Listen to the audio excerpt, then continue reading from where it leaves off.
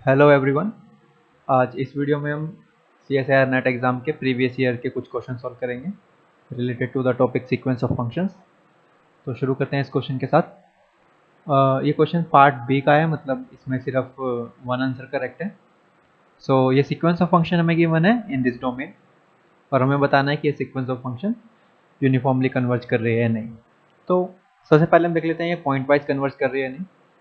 उसके लिए हम x को कांस्टेंट रख के n को बढ़ा के देखते हैं कि ये कन्वर्ज कर रहा है या नहीं। तो अगर x 0 है तब तो ये फंक्शन 0 है, और अगर x को नॉन जीरो रखेंगे तब n को बढ़ाने से ये फंक्शन 0 की तरफ जाएगा, बिकॉज नीचे n स्क्वायर में टर्म है और ऊपर n में।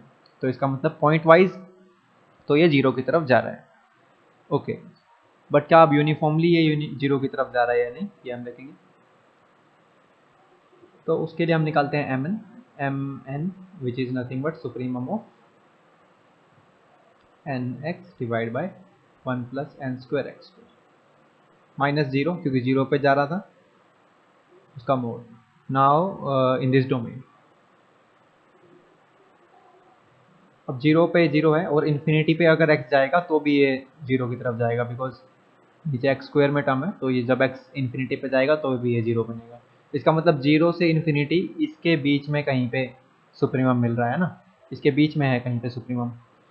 तो उसके लिए हम क्रिटिकल पॉइंट निकाल के उसको क्रिटिकल पॉइंट निकाल के और उसको पुट कर देंगे। दैट मीन्स डेरिवेटिव लेके पहले 0 रखेंगे क्रिटिकल पॉइंट निकालने के लिए। So it will be derivative इसका क्या हो जाएगा, 1 plus n square x square का होल स्क्वायर। यहाँ हो जाएगा let's say 1 plus n square x square into n minus n x into n square into 2x। okay, so it will become 1 plus n square x square whole square. यहाँ से ये term cancel हो जाएगी and n cube x square, so it will be n minus n cube x square. Okay, ये बचेगा।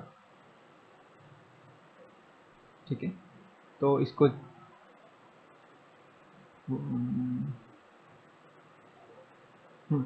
तो ये आ गई जी डैश एन एक्स की वैल्यू।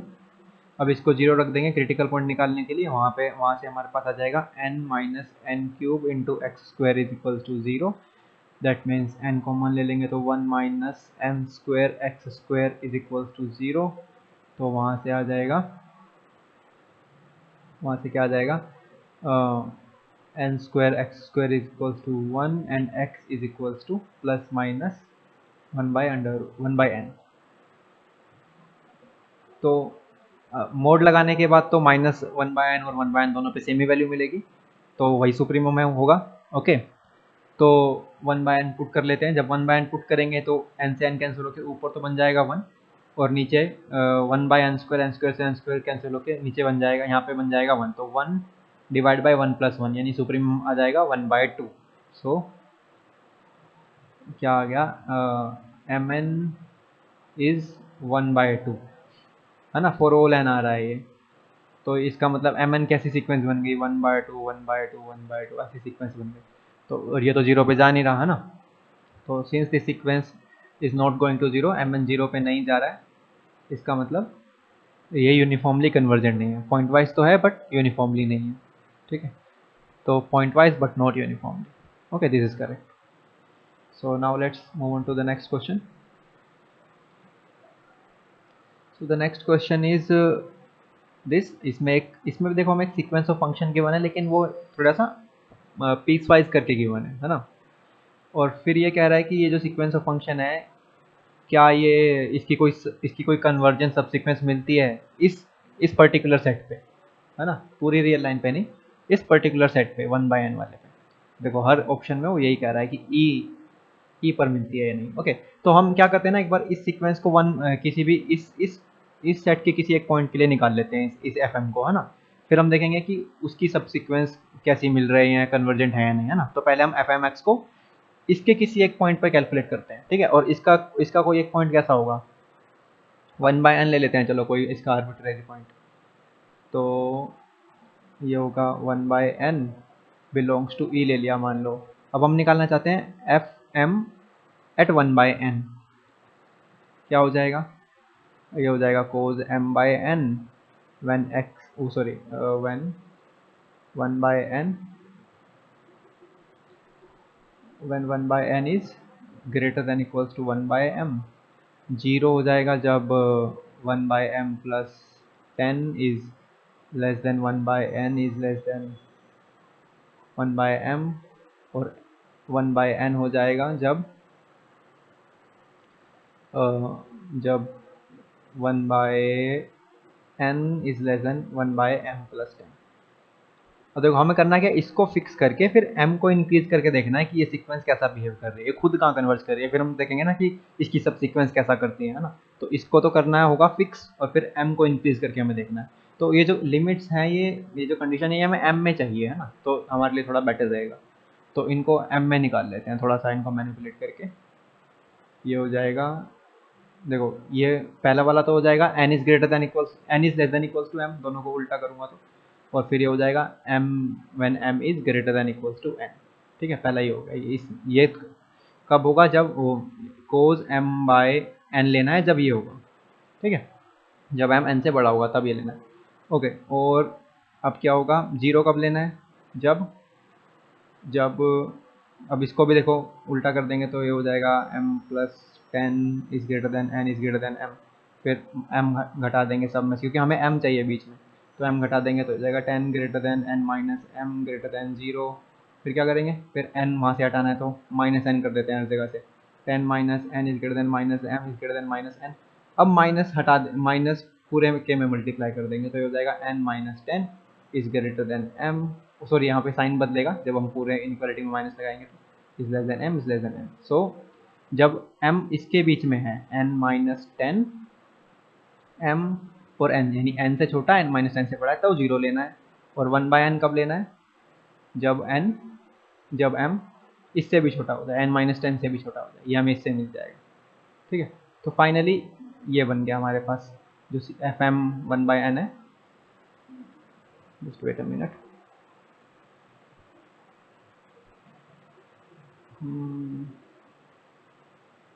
ठीक है, तो ये बन गया हमारे पास, ये जो भी है ये बन गया fm 1/n, है ना।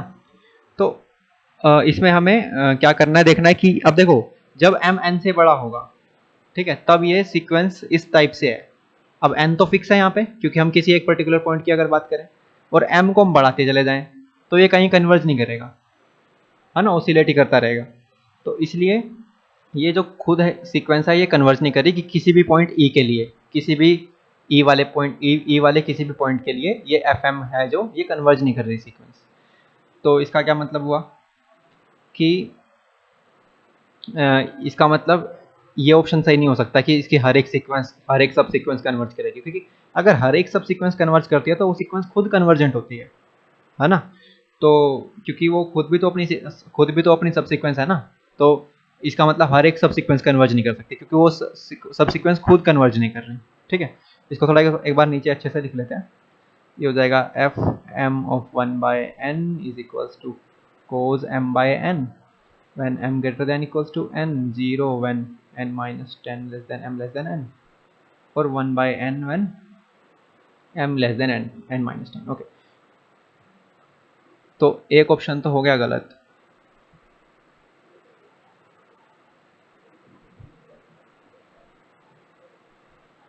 और अब देखो फिर उधर बोल रहा है कि नो सब सीक्वेंस कन्वर्जेस टू, कह रहा है इसकी कोई सब सीक्वेंस नहीं मिलती जो कन्वर्ज करे। देखो ये सीक्वेंस बाउंडेड है, क्योंकि ये -1 से 1 के बीच में रहेगा, ये तो 0 है, और ये 1/n 1 से छोटा रहेगा, तो बाउंडेड होगी सीक्वेंस। और every bounded sequence has a convergence सब सीक्वेंस बाय बोल्स-डायनोव-वेस्टर्स थ्योरम। तो इसका मतलब ये भी गलत है भाई, कम से कम एक सब सीक्वेंस तो कन्वर्जेंट मिलनी चाहिए, ये भी गलत। और सारी कन्वर्जेंट नहीं होगी, ये भी गलत। तो बचा ये क्या कह रहा है, इनफाइनाइट मिलेंगी। अच्छा, इनफाइनाइट सब सीक्वेंस मिलेंगे जो कन्वर्जेंट हो हर एक पॉइंट के लिए ई में, है ना। तो अब देखो इसकी जो सब सीक्वेंस होगी वो भी तो बाउंडेड होगी, है ना। इसकी जो सब सीक्वेंस होगी वो भी बाउंडेड होगी, और फिर वो बाउंडेड है तो इसका मतलब उसकी एक कन्वर्जेंट सब सीक्वेंस मिलनी चाहिए, उस सब सीक्वेंस की कन्वर्जेंट सब मिलनी चाहिए क्योंकि वो खुद बाउंडेड थी। और इसकी सबसीक्वेंस कितनी हो, इसका मतलब इसकी हर एक सबसीक्वेंस के पास एक कन्वर्जेंट सबसीक्वेंस है, ठीक है ना। और इसकी सबसीक्वेंस कितनी हो सकती है, इनफाइनाइट हो सकती है ना। इसकी इनफाइनाइट सबसीक्वेंस हो सकती है और उन हर एक के पास अपनी एक कन्वर्जेंट सबसीक्वेंस है। इसका मतलब इसकी इनफाइनाइट कन्वर्जेंट सबसीक्वेंस मिलेंगी, ठीक है। आर्गुमेंट समझ आया, इसका मतलब ये करेक्ट है। ओके, तो इसमें एक ही आंसर करेक्ट हो सकता था, तो ये ऑब्वियसली ये इनकरेक्ट ही होगा। बट फिर भी इसको एक बार चेक करते हैं कि वाई दिस इज इनकरेक्ट। अब ये कह रहा है कि इसकी एक सबसीक्वेंस एग्जिस्ट करती है which converges to zero for every point of view, ठीक है। तो इसका क्या मतलब हुआ कि ये क्या कहना चाह रहा है कि इसको इरेज नहीं करते हैं, ठीक है। अच्छा, अब एक बात बताओ, हमें एक सब सीक्वेंस बनानी हो इसकी, ठीक है, इसकी एक सब सीक्वेंस बनानी हो जो उस पर कन्वर्ज करे, क्या कहते हैं, जीरो पे कन्वर्ज करे, बना पाएंगे हम? चलो ट्राई करते हैं। देखो अब कोस m बाई एन है ना, शुरू की टर्म्स तो छोड़ दो, शुरू की टर्म्स तो कन्वर्जेंट में कोई रोल प्ले करती ही नहीं है, जो बाद वाली टर्म है वही वही डिसाइड करती है कि सीरीज कन्वर्ज करेगी या नहीं, है ना। तो कोस m बाई एन है ना, अब cos m by n zero पे कब जाएगा, जब ये m by n k pi by 2 के बराबर हो। ये कोई भी, ये k कोई भी वो है, नेचुरल नंबर है, और या इंटीजर कह लो, और ये फिक्स है ना, इसको फिक्स कर दिया हमने। तो इसका मतलब जब m बाई के n पाई बाई 2 के बराबर होगा, है ना। और देखो ये बराबर तो हो ही नहीं सकते क्योंकि ये तो रैशनल नंबर है m बाई के, और ये इरेशनल नंबर है, समझ रहे हो ना, क्योंकि पाई आ गया, बराबर तो हो ही नहीं सकते, लेकिन क्लोज हो सकते हैं, ठीक है। m बाई के को हम इस तरह से चूज कर सकते हैं कि ये इसके क्लोज क्लोज क्लोज धीरे धीरे क्लोज होता रहे, ठीक है ना। m को बढ़ाते रहें k को, जैसे कि हम करते हैं ना, मान लो ये जैसे हम पाई को भी हम a बाई बी से अप्रोक्सीमेट कर सकते हैं ना, पहले हम 3.14 ले लेंगे, यानी कि 314/100 ले लेंगे, फिर एक और डेसिमल बढ़ा देंगे, नीचे एक और जीरो बढ़ा देंगे, तो ऐसे m और k को हम इस तरह बढ़ा सकते हैं कि वो इसके इसके करीब करीब करीब जाता रहे। तो इसका मतलब हम एक कन्वर्जेंट सबसीक्वेंस बना सकते हैं, ठीक है, जो जीरो पे जाएगी। लेकिन वही कन्वर्जेंट सबसीक्वेंस हर एक पॉइंट पे काम नहीं करेगी, है ना, क्योंकि अगर ये n बदल गया, ये n बदल गया, तब गड़बड़ है ना। तो इसका मतलब एक पॉइंट के लिए तो बना सकते हैं हम, लेकिन हर एक पॉइंट के लिए कन्वर्जेंट सबसीक्वेंस नहीं बना सकते जो जीरो पे चली जाएगी, यानी मतलब कि सेम सबसीक्वेंस हर एक पॉइंट पे काम नहीं करेगी। तो इसका मतलब ये गलत है, ठीक है। सो the next question is this, और ये क्वेश्चन पार्ट सी का है, मतलब इसमें more than one answer correct हो सकते हैं। और एक्चुअली ये जो क्वेश्चन है थोड़ा सा ट्रिकी है, लाइक आपको पहले से थोड़ा सा कुछ इन्फॉर्मेशन होगा तो ही आप इस तरह के क्वेश्चन एग्जाम में अच्छे से अटेम्प्ट कर सकते हैं, otherwise it will take your time. Okay, so let's try to understand the statement first, कि एक सेट दिया हुआ है जिसमें सभी फंक्शंस हैं जो कॉन्टिन्यूस हैं, और उनके लिए वो सभी फंक्शन जो कॉन्टिन्यूस हैं और उनके लिए कॉम्पैक्ट सेट मिलता है जिसके बाहर फंक्शन की वैल्यू जीरो है, यानी उस कॉम्पैक्ट सेट के बाहर, यानी उसके कॉम्प्लीमेंट में फंक्शन जीरो है, ठीक है। तो उस तरह की कलेक्शन है ये CCR। और एक GX दिया हुआ है, और ये पूछा गया है क्या इस सेट के एलिमेंट्स की मैं कोई सीक्वेंस बना सकता हूँ जो इस GX पे यूनिफॉर्मली कन्वर्ज कर जाए, ठीक है। तो पहले क्या करते हैं, यूनिफॉर्मली कन्वर्जेंट की डेफिनेशन समझ लेते हैं एक बार। देखो, कोई सीक्वेंस FN है, ये किसी G पर यूनिफॉर्मली कन्वर्ज करेगी अगर for every epsilon greater than 0 there exists n belongs to natural numbers such that Fn minus G is less than epsilon for all n greater than equals to n। देखो वही definition है जो normal sequence के convergence की होती है, लेकिन ये जो एप्सिलॉन है ये डोमेन पे डिपेंड नहीं कर रहा ना, किसी भी x पे डिपेंड नहीं कर रहा, मतलब सॉरी एप्सिलॉन नहीं, ये जो n है, एप्सिलॉन तो इंडिपेंडेंट है, एप्सिलॉन तो कुछ भी ले सकते हैं हम, है ना। ये जो n आ रहा है इस एप्सिलॉन के अकॉर्डिंग, है ना, इस एप्सिलॉन को चेंज करूंगा तो ये n कुछ और आएगा, इस एप्सिलॉन को जितना छोटा करेंगे n हमें उतना ही बड़ा लेना होता है। तो ये जो n आ रहा है इस एप्सिलॉन के लिए वो डोमेन के एलिमेंट पर डिपेंड नहीं कर रहा, ठीक है ना, डोमेन के एलिमेंट पर डिपेंड नहीं कर रहा। लेकिन अगर क्या होता है कि यानी एक ऐसा एप्सिलॉन मिल जाए जो हर एक x के लिए काम करे, तब यूनिफॉर्मली कन्वर्जेंट, है ना। लेकिन अगर जैसे जैसे मैं x बदल रहा हूँ तो अब मैं लेस देन एप्सिलॉन तो कर सकता हूँ, लेकिन मुझे अपना n बार बार बदलना पड़े हर एक अलग x के लिए, तो उसको बोलते हैं कि पॉइंट वाइज कन्वर्जन, है ना। मतलब कि पॉइंट को फिक्स करने पे तो मिल जा रहा है n एप्सिलॉन के लिए, लेकिन अगर हर एक पॉइंट के लिए एक फिक्स नहीं मिल रहा है एप्सिलॉन, है ना, जो सारे के सारे x पे काम कर जाए, तो ऐसा हो जाए तो यूनिफॉर्मली कन्वर्जेंट। ठीक है, चलो तो अब देखते हैं। तो देखो e power minus x square दिया हुआ है, ठीक है, ओ सॉरी, तो e power minus x square, ठीक है, इसका ग्राफ देख लेते हैं कैसा होगा। कुछ ऐसा ग्राफ होगा ये, है ना, थोड़ा सा मेरे से बन नहीं पा रहा है, पर ये सिमेट्रिक सा ग्राफ होगा एक, है ना, दोनों साइड से बेल शेप का ऐसा होगा। तो ये जीरो नहीं होगा पर कभी भी, है ना, जीरो की तरफ जाता रहेगा पर जीरो वैसे वैल्यू होगा नहीं। तो क्या कर सकते हैं हम देखो इसके बीच में एक ऐसा फंक्शन ले सकते हैं, ठीक है, ये देख रहे हो, ये कॉन्टिन्यूस है और यहाँ पे इसके बाद जीरो है, समझ रहे हो, ये भी सारा जीरो, ये भी सारा जीरो। अब क्या ये फंक्शन सीसीआर में जाएगा? जाएगा, क्योंकि कॉन्टिन्यूस भी है और एक कॉम्पैक्ट सेट मिल गया जिसके बाद फंक्शन की वैल्यू जीरो है। सिमिलरली फिर हम एक और ऐसा ले सकते हैं, फिर एक ऐसा ले सकते हैं, है ना। तो धीरे धीरे क्या हो रहा है कि हम इसके सीक्वेंस की, इसके एलिमेंट्स की एक सीक्वेंस बना रहे हैं जो इस पे कन्वर्ज कर रहा है, ठीक है। और ये कन्वर्जेंस पॉइंट वाइज होगा, क्योंकि हम क्या करेंगे, देखो जो एप्सिलॉन मतलब कि मतलब कि हर एक एप्सिलॉन के लिए हमें एक n मिल जाएगा, और n हम ऐसा चूज करेंगे कि ये जो डिफरेंस है दो फंक्शन के बीच का उसको एप्सिलॉन से छोटा किया जा सके regardless of the domain element, है ना। तो अगर हम ऐसा कर पाए, चलो हम ऐसा देखने से तो कर पा रहे हैं, पर मैथमेटिकली इसको कैसे बोलेंगे देखो, क्या कर सकते हैं, हम ऐसी सीक्वेंस ले सकते हैं कि जिसमें fn होगा ना, जो fnx इज इक्वल्स टू, वो होगा e power minus x square minus e power minus n square, जब x जाएगा माइनस एन टू एन में, माइनस एन टू एन में, और जीरो होगा अदरवाइज, ठीक है। तो जो f1x होगा देखो, वो माइनस वन से वन के बीच में क्या करेगा ना, ऐसा ग्राफ बनाएगा, ठीक है। फिर माइनस टू से टू के बीच में बनाएगा एक जो f2 होगा, धीरे धीरे करके जो मेन फंक्शन है हमारा वहाँ पे कन्वर्ज करने लग जाएंगे, ठीक है। तो इससे क्या पता चला कि यूनिफॉर्मली कन्वर्ज कर रहा है, इसका मतलब ये करेक्ट हो गया, ठीक है। इसको तुम डेफिनेशन से बाद में चेक कर सकते हो कि ये बाय डेफिनेशन यूनिफॉर्मली कन्वर्जेंट है या नहीं, ओके। सो ये हो गया यूनिफॉर्मली कन्वर्ज। अब दूसरा बोल रहा है कि पॉइंट वाइज करेगा, जब यूनिफॉर्मली कर रहा है तो पॉइंट वाइज तो करेगा ही, ये भी करेक्ट हो गया। अब बोल रहा है if there is a sequence converges to g, अच्छा इसको बोल रहा है there does not exist a sequence which converges, ऐसे तो हो ही नहीं सकता, हमने अभी ढूंढ के दिखाया ना एक सीक्वेंस, तो ये इनकरेक्ट हो गया। अब इसके ऊपर बचा सिर्फ, तो ये कह रहा है कि अगर पॉइंट वाइज कन्वर्ज कर रहा है तो यूनिफॉर्मली भी करेगा, है ना। ये कह रहा है कि अगर जी पे कन्वर्ज करने वाली कोई भी सीक्वेंस बना रहे हो तो उसको यूनिफॉर्मली भी करना ही पड़ेगा। तो इसके लिए या तो हम प्रूव कर दें कि हर बार पॉइंट वाइज जब भी ले रहा हूँ वो यूनिफॉर्मली हो जा रही है, या फिर हम एक ऐसा काउंटर एग्जाम्पल दे दें कि देखो ये पॉइंट वाइज तो है पर यूनिफॉर्मली नहीं है, ठीक है।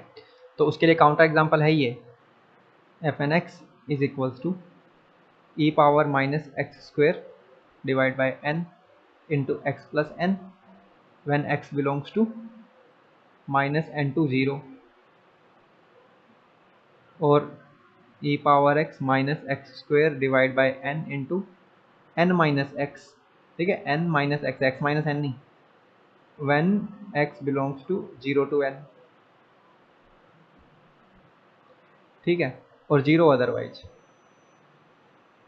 ठीक है। ये फंक्शन कॉन्टिन्यूस होगा, ठीक है, और देखो माइनस एन से एन के बाद 0 भी हो रहा है, तो ये जितने भी ये जो सीक्वेंस है वो सारी की सारी इसमें है, यहाँ से आ रही है, और कॉन्टिन्यूस भी है, क्योंकि जीरो पे ही कंटिन्यूटी की दिक्कत हो सकती थी, लेकिन जीरो पे ये और ये सेम वैल्यू देंगे, तो ये कॉन्टिन्यूस भी है, तो इसका मतलब सारे के सारे यहाँ से आ रहे हैं। और अब ये जो तुम अगर x को फिक्स कर दोगे, ठीक है, अगर x को फिक्स कर दोगे तब ये इस पे कन्वर्ज करेगा फॉर ए फिक्स्ड x, लेकिन अगर x को फिक्स नहीं करोगे और ऐसे mn निकालोगे सुप्रीमम करके, है ना, तो वो जो mn जो आएगा वो जीरो पे नहीं जाएगा, ठीक है। तो इसका मतलब क्या होगा कि ये ऐसा एग्जांपल मिल गया कि ये पॉइंट वाइज तो कन्वर्जेंस है बट यूनिफॉर्मली कन्वर्जेंट नहीं है। तो इसका मतलब ये पर ऑप्शन कह रहा था कि जब जब पॉइंट वाइज होगा तब तक यूनिफॉर्मली भी होगा। यूनिफॉर्मली होना जरूरी है ऐसा तो जरूरी नहीं है, लेकिन इसलिए ये भी करेक्ट। तो इसके ये दोनों ऑप्शन करेक्ट है। ठीक है, थोड़ा ट्रिकी है but you have to like understand the given function, उसका nature and understand the given set, then you can come up with such examples. Okay, so the next question is this and इसमें दो sequence of function given है, उसमें हमें बताना है कि ये यूनिफॉर्मली कन्वर्ज कर रहे हैं या नहीं इन दिस गिवन डोमेन। तो अब देखो ये अगर हम x को फिक्स कर दें, कोई नॉन जीरो x को फिक्स कर दें इसके बीच में और फिर n को बढ़ाएं तो ये जीरो पे चला जाएगा। सिमिलरली यहाँ पे भी अगर x को कुछ नॉन जीरो फिक्स करें तो n को बढ़ाने से ये भी जीरो पे चला जाएगा। मतलब पॉइंट वाइज तो ये जीरो पे जा रहे हैं। अभी देख लेते हैं कि यूनिफॉर्मली ये जीरो पे जा रहे हैं या नहीं, है ना। तो उसके लिए पहले fn को देख लेते हैं। fn में mn निकालेंगे। mn is nothing but supremum of 1/2nx plus 1। अच्छा, अब इसका डेरिवेटिव करके जीरो डालेंगे तो इसका डेरिवेटिव कहीं जीरो नहीं होगा। ठीक है, कोई भी क्रिटिकल पॉइंट नहीं मिलेगा। तो इसका मतलब है कि फंक्शन या तो इंक्रीजिंग है या डिक्रीजिंग है। ठीक है, या स्ट्रिक्टली इंक्रीजिंग या स्ट्रिक्टली डिक्रीजिंग। तो इसका मतलब ऐसे में एंड पॉइंट्स पे हमें सुप्रीमम या इन्फीमम मिलते हैं। ठीक है, तो जीरो डालने पे 1 आ जाएगा और 1 डालने पे 1/2n+1 आ जाएगा। तो अब n को बढ़ाएंगे तो 1 से कम ही रहेगी वैल्यू। तो इसका मतलब 1 is the supremum. So mn is 1। सो यहाँ पे हो जाएगा mn 1 हो गया और mn 1 हो गया तो mn तो जीरो पे नहीं गया। जीरो पे नहीं गया तो इसका मतलब this is not uniformly convergent. Okay, अब gn को देख लेते हैं। gn में भी हमें सुप्रीमम निकालना होगा x बाय 2nx प्लस 1 का। इसका सुप्रीमम निकालना होगा इन द गिवन डोमेन। तो जीरो डालने पे जीरो हो जा रहा है और 1 डालने पे 1/2n+1 हो जा रहा है, लेकिन इसमें सुप्रीमम बीच में भी कहीं हो सकता है। ठीक है, क्योंकि because this might attain derivative equal to zero in this interval. तो इसके लिए डेरिवेटिव निकाल लेते हैं विच इज़ 2nx प्लस 1 का स्क्वायर। यहाँ हो जाएगा 2n+1 2nx plus 1 into 1 minus 2nx का डेरिवेटिव 2n इंटू एक्स। सो 2nx से 2nx कैंसिल हो जाएगा। It will be 1 by wait a minute, इसका square 2nx plus 1 x derivative 1 minus 2nx as it इसका derivative 2n yes into x. Okay, so इसमें ये आ जाएगा 2nx प्लस 1 होल स्क्वायर। तो ये भी जीरो नहीं हो रहा है कहीं पे भी। इसका मतलब ये भी इंक्रीजिंग या डिक्रीजिंग फंक्शन है स्ट्रिक्टली। ठीक है, डेरिवेटिव हमेशा पॉजिटिव रहेगा तो इसका मतलब ये इंक्रीजिंग फंक्शन है। ओके, तो इसका मतलब इसका सुप्रीमम बीच में नहीं मिल रहा है, इसका भी एंड पॉइंट्स पे मिलेगा।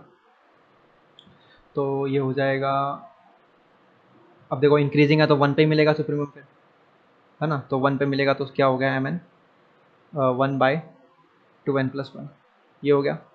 और फिर n को बढ़ाएंगे तो mn जीरो पे चला जाएगा। mn tends to zero as n tends to infinity. तो इसका मतलब दिस इज यूनिफॉर्मली कन्वर्जेंट। तो क्या हो गया, विच ऑप्शन इज करेक्ट। 1 कह रहा है कि